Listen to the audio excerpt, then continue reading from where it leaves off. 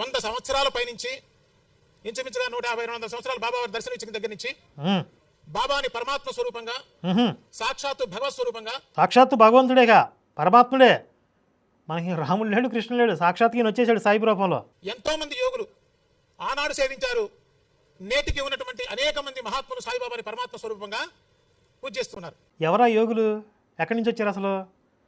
ఈ సాయిబ్ బ్రతికిన జీవించిన కాలంలో చుట్టూ ఈ జిహాదీ గ్యాంగులే కనపడుతున్నాయి ఎక్కడ చూసినా కూడా. సుంతి, కల్మా, అబ్బబ్బబ్బబ్బబ్బా.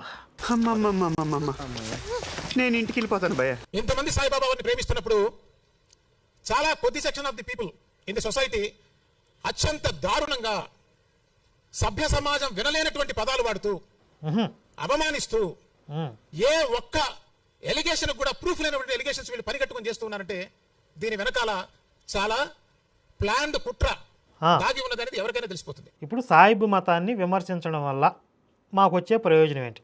మాకు ఏమైనా ఫండింగ్ వస్తా? ఎవరైనా ఇస్తారా? ఇంకా అనుకూలంగా మాట్లాడితే మీ సాయిబ్ మతాన్ని మేము ప్రమోట్ చేస్తామంటే మీరే ఇస్తారేమో డబ్బులు, మాకు తెలియదు. మీ సంస్థానం ఇస్తుందేమో మాకు తెలియదు. ఇప్పుడు సాయి మతం దెబ్బతినటం వల్ల ఎవరి మనోభావాలు దెబ్బతిన్నాయి అంటే ఎవరైతే ఆ మతం యొక్క లబ్ధిదారులు ఉన్నారో వీళ్ళందరికీ కూడా ఒక్కొక్కళ్ళు ఒక్కొక్క టెంపుల్ నడిపించేవాళ్ళే దాదాపుగా అందులో ఉన్నవాళ్ళు. సాయి మతం యొక్క లబ్ధిదారులు వీళ్ళందరూ. మేం చెప్పే విషయాలు హిందువుల్ని లేదా సాయి భక్తి అనే ట్రాప్లో ఉన్న వారిని ఆలోచింప చేయలేకపోతే వీళ్ళు ఎందుకు భయపడతారు చెప్పండి? మేము లాజికల్గా మాట్లాడకపోతే ఉత్తినే తిడుతున్నామండి, అసలు పాయింట్స్ మాట్లాడట్లేదు, ఎవరైనా యాక్సెప్ట్ చేస్తారా? చేయరు కదా. మేం చెప్పే విషయాలు సత్ప్రామాణికంగా సాయిబు సచ్చరిత్రలోంచి తీసుకుంటున్నాం, చరిత్రలోంచి తీసుకుంటున్నాం, హిందూ శాస్త్రాల నుండి తీసుకుంటున్నాం, గురువులతో మాట్లాడుతూ ఉన్నాం. ఇన్ని విషయాలు మనం ఆధార సహితంగా ఆలోచింపచేసే విధంగా సమాజంలోకి తీసుకొస్తున్నాం కాబట్టి వీళ్ళకి ఇంత వణుకు పుట్టింది. ఈరోజు ఈ సాయి మతం లబ్ధిదారులు, ఈ సిండికేట్ మాఫియా అంతా కూడా ఇక్కడ చేరారు. ప్రజలు కన్ఫ్యూజన్లో ఉన్నారు. భక్తులంతా కూడా సాయి భక్తులైన వాళ్ళు, సాయి భక్తులు కానటువంటి వాళ్ళు, ఆస్తికులు, నాస్తికులు అందరినీ కన్ఫ్యూజన్లో పడేస్తున్నారు వీళ్ళు అబద్ధాలు ప్రచారం చేసి. అబద్ధాలు అయితే కన్ఫ్యూజన్లో ఎందుకు వెళ్ళారు? ఇప్పుడు మనం ఏదైనా ఒక విషయం చెప్పి దానికి ప్రమాణం చూపిస్తే అవునా ఇదేంటి ఇట్లా ఉందేంటి మేము ఇంకేదో నమ్మేసేమో ఇప్పుడు దాకా అని ఆలోచనలు పడతారు. కాబట్టి అలాంటి కన్ఫ్యూజన్లోకి వాళ్ళు వెళ్ళారు సాయి భక్తులు కూడా అంటేనే మనం ఆధారాలు చూపిస్తున్నాం. ఇదే కదా. మరి ఆధారాలు చూపించినప్పుడు నువ్వేం చేయాలి? చర్చ పెట్టాలి. నీ దగ్గర ఉన్న ఆధారాలు ఏంటో తీసుకొస్తే మనం చర్చించి సాయిబు మతానికి ఉన్న ప్రామాణికత ఏంటి అనేది మనం నిజాలను నిగ్గుదేల్చి సమాజంలో ఆ మెసేజ్ ఇద్దాం. కానీ మీరేం చేస్తున్నారు? బెదిరింపులు, కేసులు. ఎందుకంటే మీరు చర్చలకి రారు, చేత కాదు, మీరు నిరూపించుకోలేరు. కోట్ల మంది హృదయాలు బాధాతప్తం చేసినటువంటి ఈ పాపాత్ముల యొక్క నిజస్వరూపాన్ని మనం దర్శించాల్సిన అవసరం ఉంది. దర్శిద్దాం. ఎవడు పాపాత్ముడో, ఎవరు కోట్ల మంది ఆరాధ్య దైవాలని కించపరిచేలాగా ఒక స్ట్రాటజికల్ మార్కెటింగ్ని డెవలప్ చేశారో అవన్నీ లెక్కలు తేలుద్దాం బాబాయ్. నేను చూస్తుంటే నాకు సచ్చరిత్రలో ఒకడు ఉన్నాడు జవహర్ అలీ అని చెప్పి, ఆడిలాగా అనిపిస్తున్నావు నువ్వు. మీతో పాటు రోహిల్లాగా ఉన్నాడు కదా, వాడిని కూడా తీసుకురావాల్సిందే. అని ఎందుకు మిస్ అయ్యాడు? అంటే మీ ముఠాకి వాడికి సంబంధం లేదా? ఆ వీధి రౌడీ కానీ మీ పక్కన కూర్చోబెట్టుకుంటే మీరందరూ కూడా గ్యాంగ్స్టర్స్ అని ఒక ఫీల్ వస్తుంది కాబట్టి ఆ వీధి రౌడీని పక్కన పెట్టారా? మొత్తం ఈ సిండికేట్లో వాడు కూడా భాగమే కదా. కాబట్టి వాడు ఒక రోహిల్లా, వీడు ఒక జవహర్ అలీ. ఇప్పుడు కాదండి, రామచంద్రమూర్తి ఉన్న దగ్గర నుంచి రాక్షస జాతి ఉంది. వాళ్ళు ఏం చేస్తారు పాపం? యజ్ఞయాగాదులు చేస్తుంటే వచ్చి మాంసం వేస్తుండే వాళ్ళు వెళుతుంపాలి దగ్గర. ఆ రాక్షస జాతి అంతా వాళ్ళు ప్రశాంతంగా ఉంటే పక్క వాళ్ళు ప్రశాంతంగా, దాని లక్షణం అది. అది కరెక్ట్ చెప్పాడు. ఇప్పుడు రామాయణ కాలంలో రాక్షస జాతి వాళ్ళు ఏం చేస్తారు? యజ్ఞయాగాదులు జరుగుతుంటే అందులో మద్య మాంసాది అపవిత్ర పదార్థాలు అందులో వేస్తూ ఉంటారు. ఇప్పుడు హిందువులు రామాయణ మహాభారతాలని పఠించడం అని యజ్ఞం చేసుకుంటున్నారు. పవిత్రమైనటువంటి ఈ యజ్ఞం జరుగుతుంటే ఈ రాక్షస జాతి చోళ్ళకి వీళ్ళేం చేస్తున్నారు? సచ్చరిత్ర అనే మద్య మాంసాలతో నిన్నటి ఆ శుద్ధాన్ని తీసుకొచ్చి ఈ యజ్ఞాన్ని పాడు చేసే ప్రయత్నం చేస్తున్నారు. ఎవరు? ఈ రాక్షస జాతి. కాబట్టి యజ్ఞం జరుగుతుంది. ఏమిటా యజ్ఞం? రాముడితో కృష్ణుడితో అనుసంధానమై మనం ధర్మబద్ధంగా ధర్మ పరిరక్షణకి మనల్ని మనం తయారు చేసుకోవటం, ఇది యజ్ఞం. వీళ్ళేం చేస్తున్నారు? ఈ సచ్చరిత్రను తీసుకొచ్చి ఆ యజ్ఞాన్ని పాడు చేస్తున్నారు. తీరా చూస్తే అందులో ఏముంది? ధర్మం లేదు, అధర్మం లేదు, మూఢనమ్మకాలు. బాబాని నమ్మితే అద్భుతాలు జరుగుతాయి. ఎవరికి ఉపయోగం? యేసు మతం. కనుక ఈ పాయింట్ కరెక్ట్గా చెప్పాడా? యజ్ఞాన్ని పాడు చేసి రాక్షస జాతి వీళ్ళు. ఏం చేశారు? రామచంద్రమూర్తి పోయి తాట తీశాడు. ఇప్పుడు జరుగుతున్నది కూడా అదే. అదే బాబాయ్, ఆ రోజు రామచంద్రుల వారు ఏ విధంగా అయితే రాక్షస జాతి తాట తీశారో రామభక్తులంగా మేము కూడా మీ తాట తీస్తున్నాం. సాయిబ్ మతం సిండికేట్ మాఫియా పిచ్చకాయలు పిసికేస్తున్నాం. అది నేడు ఆయన వైభవం చూస్తే తిరుమల తిరుపతి వెంకటేశ్వర స్వామికి సమానంగా ఆయన యొక్క ఆదాయము, ఆదరణ, ప్రేమ ప్రజలందరూ చూపిస్తున్నారు అని ఒక సెక్షన్కి చాలా ఈర్ష్యాద్వేషాలు కలిగినాయి అనే మాట పరమ వాస్తవం. మీ సాయిబ్ని తీసుకెళ్ళి వెంకటేశ్వర స్వామి వారితో కంపేర్ చేస్తారా? తిరుమల క్షేత్రం యొక్క వైభవం అనాదిగా ఉంది, కొన్ని యుగాల తదనంతరం కూడా ఉంటుంది. కానీ మీ సాయిబు మతం అనేది పానకంలో పుడక, వస్తుంది పోద్ది. ఈ పోవటం మీరు చూస్తారు, అదే మీ భయం. సాయిబాబా పూర్ణ పరబ్రహ్మ స్వరూపంగా జ్ఞానశిఖగా వెలిగిపోతున్నాడండి. వినటానికే అసలు అసహ్యంగా అనిపించట్లే. పూర్ణ పరబ్రహ్మ స్వరూపం అంటాం, రాముణ్ణి పూర్ణ అవతారం అంటాం, కృష్ణుణ్ణి పరిపూర్ణ అవతారం అంటాం. వీళ్ళు ఏకంగా పరిపూర్ణ పరబ్రహ్మం చేసేశారు సాయిబ్ని. ఏం చేశాడు ఆ పరిపూర్ణ పరబ్రహ్మం గారు? అమలక్కల బూతులు తిట్టేవాడు. అది కూడా హిందువులనేనండి, ప్రధానంగా హిందువుల్ని తిట్టేవాడు, కొట్టేవాడు. జిహాదీ గ్యాంగుల్ని వెంటేసుకుని తిరిగేవాడు ఈ పరిపూర్ణ పరబ్రహ్మం గారు, సాయిబ్ గారు. ఈ కలియుగంలో బాబా నేను కష్టంలో ఉన్నానయ్యా అంటే అక్కున చేర్చుకునేటువంటి పరమాత్మ స్వరూపం అండి సాయిబాబా. ఈ ప్రేమ మధ్యలో వచ్చే శక్తి ఈ బ్రహ్మాది దేవతలు కూడా ఎవరికి లేదు. చూసారా కండకారం, ఒళ్ళు బలుపు ఎంత ఉందో చూసారా వాళ్ళకి? బ్రహ్మాది దేవతలకి ఎవరికి కూడా లేదంట.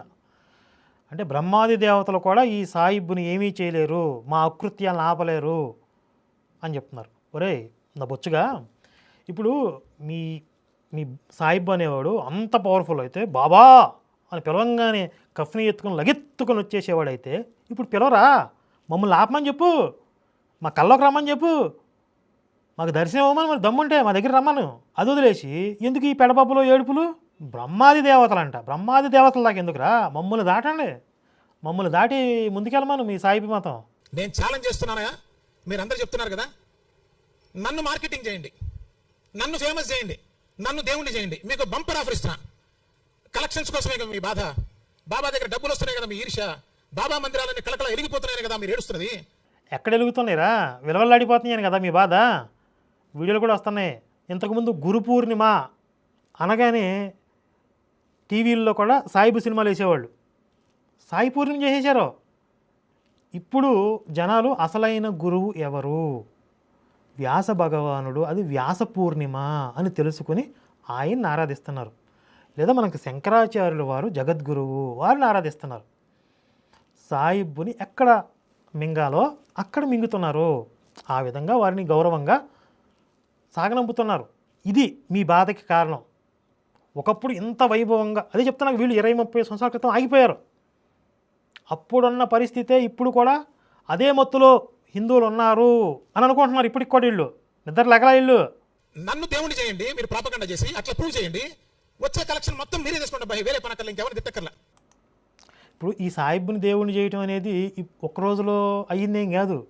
ఆ రోజు ఆ సాయిబు బ్రతికున్నప్పుడే ఈ మార్కెటింగ్ మొదలైంది.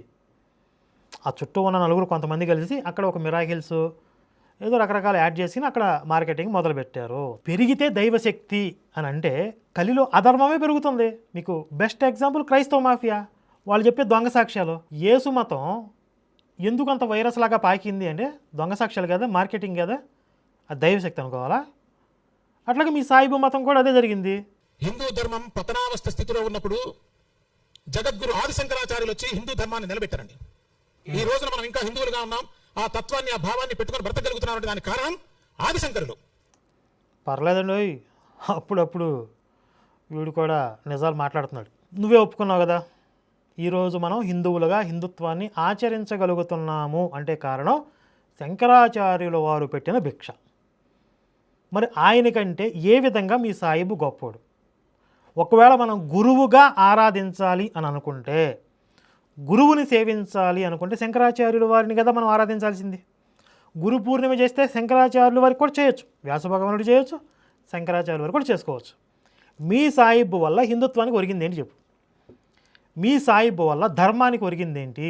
ఆయన ఏమైనా జ్ఞానాన్ని బోధించాడా? అసలు ఆయన చచ్చిపోయింది కూడా ఈ తాత్యా పాటిల్ అని ఒక వ్యక్తి కోసం చచ్చిపోయాడంట. ఎవరికి ఉపయోగం? పోనీ ఆ తాత్యా పాటిల్ అనేవాడు చిరంజీవిగా ఓడిపోయాడా? ఆ తాత్యా పాటిల్ మరణాన్ని తప్పించి ఈయన చచ్చిపోయాడంట. అంటే ఒక 10 మంది గాలిగాళ్ళని పోగేయడానికి లేకపోతే వాళ్ళని ఉద్ధరించడానికి వచ్చాడా? ఈ జిహాదీ గ్యాంగులు వెంటేసుకుని తిరగడానికి వచ్చాడా మీ పరిపూర్ణ పరబ్రహ్మం గారు? ఏంటి మీ సాయిబ్ వల్ల హిందుత్వానికి ఒరిగింది ఏంటి? సరే ఆయన బ్రతికొండంగా ఏమీ చేయలేదు, ఇప్పుడు మీ సాయిబ్ మందిరాల వల్ల హిందుత్వానికి ఒరుగుతుంది ఏంటి?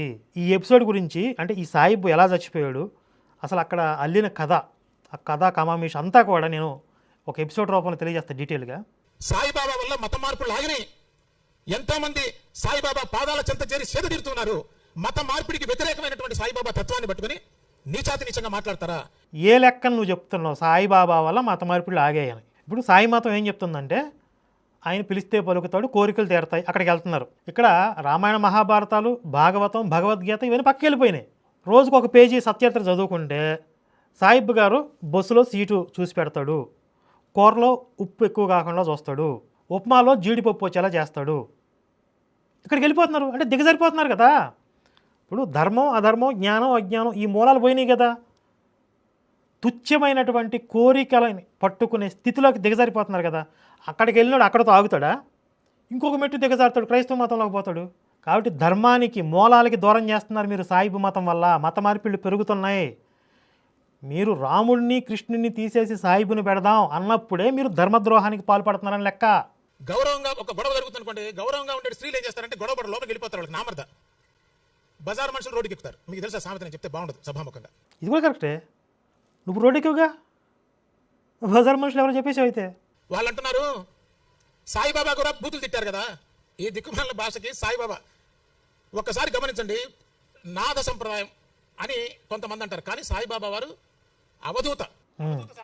ఇప్పుడు పరిపూర్ణ పరబ్రహ్మం గారు అవధూతకు వచ్చేసాడు. బాల గాంధీతో చుప్కే, బాల తెరిసాతో చుప్కే, బాల నెహ్రూతో చుప్కే. ఇట్లా ఉంటాడు ఆయన, రకరకాల క్యారెక్టర్లు వేస్తూ ఉంటాడు అనమాట. ఆయన సెక్యులర్ సెయింట్ అవుతాడు, ఇప్పుడు అవధూత అయ్యాడు, పరిపూర్ణ పరబ్రహ్మం అయ్యాడు కదా ముందు. ఎందుకని అంటే ఏ అంశానికి సమాధానం చెప్పాలంటే అవతారం ఇస్తూ ఉంటాడు అనమాట. బూతులు ఎందుకు తిడుతున్నాడు? పరిపూర్ణ పరబ్రహ్మం బూతులు తిట్టాడు కదా. ఇప్పుడు బూతులు తిట్టడానికి ఏదన్నా ఒక పెట్టుకోవాలి కాబట్టి ఇక్కడ అవధూత అయిపోతాడు. మరి సకల దేవతా స్వరూపం ఎందుకు ఆయన పరిబ్రహ్మం అయిపోతాడు మళ్ళీ అక్కడ. ఇప్పుడు బూతులు తిట్టే అవధూత, సరే అవధూతలు తిడతారు అనుకుందాం కాసేపు, మంచిదే. అవధూతను ఎక్కడన్నా ఆలయాలు కట్టి పూజిస్తున్నారా? అవధూతను ఎక్కడన్నా రాముడిని కృష్ణుని తీసి ఎక్కడన్నా ప్రతిష్టలు చేస్తున్నారా? సరే ఆ అవధూత గారి గురించి ఏం చెప్తాడు చూద్దాం. అవధూత సాంప్రదాయానికి సరిపోతారు. అవధూతలు కూడా బూతులు తిడతారండి. నువ్వు బూతులు తిడితే పళ్ళు రాలు కొట్టి జైలు వేస్తారు, కేసులు పెట్టి. సాయిబాబాను దత్తాత్రేయ స్వామి బూతులు తిడితే వాళ్ళకి ఆత్మజ్ఞానం ఇచ్చారు, జీవితాలు బాగుపడ్డాయి. వాళ్ళు తిట్టేది వ్యక్తిని కాదు, వాళ్ళకు ఉన్నటువంటి దుష్ట సంస్కారాన్ని తీసేటువంటి శక్తి ఉంటుంది. ఇలా దుష్ట సంస్కారంతో తిట్టడం కాదు. అంటే వీడి ఉద్దేశం ఏంటంటే ఎవడో ఒకడు సాయి భక్తుడు ఫోన్ చేస్తే లలిత్ గారు బూతులు తిట్టారు కదా, వాడు విసిగిస్తుంటే దాన్ని వీళ్ళు తప్పుగా మాట్లాడితే నేను చెప్పే కదా, ఇప్పుడు మీ సాయిబు గారు కూడా బూతులు తిట్టాడు కదరా సచ్చరిత్రలో, అమలాకలు తిట్టాడు కదా, ఆయన కూడా ఒక అవధూత అనుకోండి, నేను కూడా ఒక అవధూత అనుకోండి, ఒకవేళ ఎప్పుడైనా తిడితే తప్పే ఉంది అని అన్న. వీడేమంటాడు, మరి మా సాయిబు గారు అవధూత కాబట్టి ఆయన తిట్టడానికి రైట్స్ ఉంటాయి, మీకేం రైట్స్? మేము కూడా అవధూతలు, ఎవరో తెలుసు, మీరే చెప్తున్నారు కదా ఒక అవధూతని అవధూత మాత్రమే గుర్తుపట్టగలడు అని చెప్పి. మమ్మల్ని గుర్తుపట్టాలంటే కూడా అవధూతలే ఉండాలి అవతల పక్క. మీరు సన్నాసులు కదా, మరి మీరు ఎలా గుర్తుపడతారు? కాబట్టి మాలాంటి జ్ఞానుల్ని జ్ఞానులే గుర్తుపడతారు, మాలాంటి అవధూతలను అవధూతలే గుర్తుపడతారు. కానీ మీ సాయిబు కంటే పెద్ద అవధూతలం కదా మేము. ఇక్కడ ఇంకొక పాయింట్ ఏం చెప్తుంది, దత్తాత్రేయ స్వామి గురించి చెప్తున్నాడు. కాసేపు ఏమో దత్తాత్రేయుడు అవతారం అయిపోతాడు మళ్ళీ కాసేపు. అసలు ఎన్ని క్యారెక్టర్లు వేస్తాడు అసలు. దత్తాత్రేయుడు అవతారం, పరిపూర్ణ పరబ్రహ్మం, అవధూత, సిద్ధపురుషుడు, యోగి, అవతార్ బాబా, అమ్ము నాయన. ఇప్పుడు దత్తాత్రేయుడు అవతారం అయితే ఆయన అంశ అని అనుకుంటే అసలు మూల అవతారం అయినటువంటి మూల స్వరూపం అయినటువంటి దత్తాత్రేయుల వారినే మనం పూజించుకుంటే సరిపోద్ది కదా. ఈ హాఫ్ అవధూత ఎందుకు మనకి? ఆయన వాళ్ళు ఒరిగింది కూడా ఏం లేదు కదా, డైరెక్ట్గా దత్తాత్రేయుడినే పూజించుకుందాం. నలుగురే నెంబర్ 1 క్లాస్ నత్తగుల్లలన్నీ ఒక చోట, నవరత్నాలన్నీ ఒక చోట చేయనీళ్ళు. ఈ నత్తగోళలన్నీ ఇప్పుడు చెరిగి పక్కకు దొబ్బేస్తున్నారులే హిందువులు. సాయిబాబాని ముస్లిం అంటే కేసులు వేస్తారన్నారు. సాయిబాబాని ముస్లిం అంటే కేసులు వేయరు, అబద్ధాలు ప్రచారం చేస్తే కేసులు వేస్తారు. అంటే సాయిబాబా ముస్లిం అనేది ఒప్పుకుంటున్నాడు. సాయిబాబాని ముస్లిం అంటే కేసు వేస్తావా అని అడిగితే అట్లా ఎందుకు వేస్తావా అంటున్నాడు. అంటే మీనింగ్ ఏంటి? ముస్లిం అని. మరి చెప్తే నీకు నొప్పేంటి? నొప్పేంటి? ఉన్న విషయమే కదా, ఒప్పుకో. ఆయన ముస్లిం అయినప్పటికీ అవతార పురుషుడు అంటావా, అప్పుడు చర్చ పెడదాం. అసలు ముస్లిమే కాదంటావేంటి? ఆయన సుంతీ చేసుకున్న సాయిబ్బు, ఇది సచ్చరిత్రలో ఉందా లేదా? మేము రాసాం అదేమన్నా. ఆయన సుంతీ చేసుకున్న సాయిబ్బు, అల్లా మాలిక్ అనేవాడు. సాయిబ్బు చుట్టూ ఎప్పుడు జిహాదీ గ్యాంగులు తిరుగుతూ ఉండేవి, ఈ ముఠాలు తిరుగుతూ ఉండేవి కదా. ఎందుకని? ఆయన పరిపూర్ణ పరబ్రహ్మం అయితే ఒక్క ముస్లిం కూడా ఆయన ఎందుకు దేవుడికి గుర్తించలేకపోయాడు? హిందువుల్ని ముస్లింని సమన్వయం చేయడానికి వచ్చిన అవతార పురుషుడు అని మళ్ళీ ఇంకో కలరింగ్ ఇస్తారు కదా. ఏ ముస్లిమ్స్ని ఆయన సమన్వయం చేశాడు? ఆయన చచ్చిపోయిన మరుక్షణం ముస్లిమ్స్ వచ్చి గొడవలు పడ్డారు. మావాడు మా ఆచారాల ప్రకారం సమాధి చేయాలి, ఇది మాది ఇదంతా అని. అంటే హిందువుల్ని మాత్రమే ఒక నిస్సహాయ స్థితిలో, ఒక సెక్యులర్స్ అనే ఒక చేతగాని స్థితిలో ఉంచేశాడు. జిహాదీ గ్యాంగుల్లో ఉన్నటువంటి పైత్యాన్ని కించిత్ కూడా తీసేయలేకపోయాడు. ఏం చేశాడు మీ అవతార్ బాబా? ఈ రకమైనటువంటి సంస్కార హీనులతో ఎవరైనా మాట్లాడతాడా? వీళ్ళతో డిబేట్ చేస్తారండి? వీళ్ళకి ఏమైనా వీళ్ళ మొహం చూడొచ్చు అసలు? దానికి వీళ్ళు చెప్తున్నదంటే డిబేట్కి రావడానికి భయపడుతున్నారు. భయపడట్లేదు నాయన, అశుద్ధంలాగా అసహించుకుంటున్నారు మీ మొహాలు చూసి. వీడు పదే పదే మేము ఎందుకు భయపడతాం, మేము భయపడట్లా అంటున్నాడు. అంటే మీరు భయపడుతున్నారనే విషయం జనాలకి తెలిసిపోయిందేమో అని భయం వీడికి. కాబట్టి మిమ్మల్ని చూస్తే నాకు అసలు మరి మా వీడియోలు ఎందుకు చూస్తున్నారు? ఆ రోజు నువ్వు చూడబట్టే కదా మేమేం మాట్లాడుతున్నాం. మళ్ళీ దానికి ఏంటి, దానికి ఏం ప్రిపేర్ చేసుకోవాలి, ఏం ప్రిపేర్ చేసుకోవాలో తెలియక, దానికి ఎలా సమాధానం చెప్పాలో కూడా తెలియక నీకు డిబేట్ రావడానికి వచ్చబడుతున్నాయి. ఇప్పుడు మేము క్రైస్తవ మాఫియాతో కూడా డిబేట్లు చేసాం, గౌరవపూర్వకంగా మాట్లాడాం. మేము అక్కడ సభా మర్యాదలను ఉల్లంఘించి మాట్లాడితే జనాలు మమ్మల్ని తిరస్కరిస్తారు. నీకు డిబేట్కి వచ్చి చర్చించే దమ్ము సత్తా నీకు లేదు కాబట్టి చేతకు కానీ దద్దమ్మ కబుర్లు చెప్తున్నావు. తప్పుడు కేసులు పెట్టి బెదిరించాలని చూస్తున్నారు. ఇంకొక వ్యక్తి వాడు కరుణాకర్ సుగుణ, ఆయన టార్గెట్ చేస్తే 4 ఏళ్ల సాయిబాబా గుళ్ళని మూసుకుపోతాయట. ఛాలెంజ్ చేస్తున్నారు. ఇది నలుగురు యొక్క క్యారెక్టర్. ఖచ్చితంగా మీరు గనక సాయిబు మతాన్ని ప్రక్షాళన చేసుకోకపోతే సాయిబు మందిరాల దుస్థితి ఏంటో మీరు కళ్ళారా చూస్తారు. నాకు కనపడుతుంది బాబు, నేను అవధూతను కదా, నాకు భవిష్యత్తు కనపడుతుంది. బురిడిలో రోడ్డు మీద పోయేవాళ్ళు రండి రండి రండి దర్శనం ఫ్రీ దర్శనం ఫ్రీ అని చెప్పి వాళ్ళు ఆటో ఆటో ఆటో అంటారు కదా, ఆ విధంగా పిలుస్తున్నట్లుగా నాకు కనపడుతుంది. నాకు వచ్చిన దర్శనం చెప్పాను తప్ప ఇంకా మనం మాట్లాడాల్సిన విషయాలు, వీళ్ళు మాట్లాడిన తలా తోకాలనే విషయాలు చాలా ఉన్నాయి. ఈ వీడియో లెంగ్త్ పెరిగిపోతుంది కాబట్టి పార్ట్ 2లో అవన్నీ చెప్తాను. ముఖ్యంగా సామవేదం గారి గురించి, సామవేదం గురువు గారి గురించి చాలా అసభ్యకరంగా అవమానకరంగా మాట్లాడారు. దానికి ఏ విధంగా బుద్ధి చెప్పాలో ఆ విధంగా ఆ రేంజ్లో నేను ఇస్తాను, వీళ్ళకి ఖచ్చితంగా ఇస్తాను. జై శ్రీరామ్, భారత్ మాతాకి జై.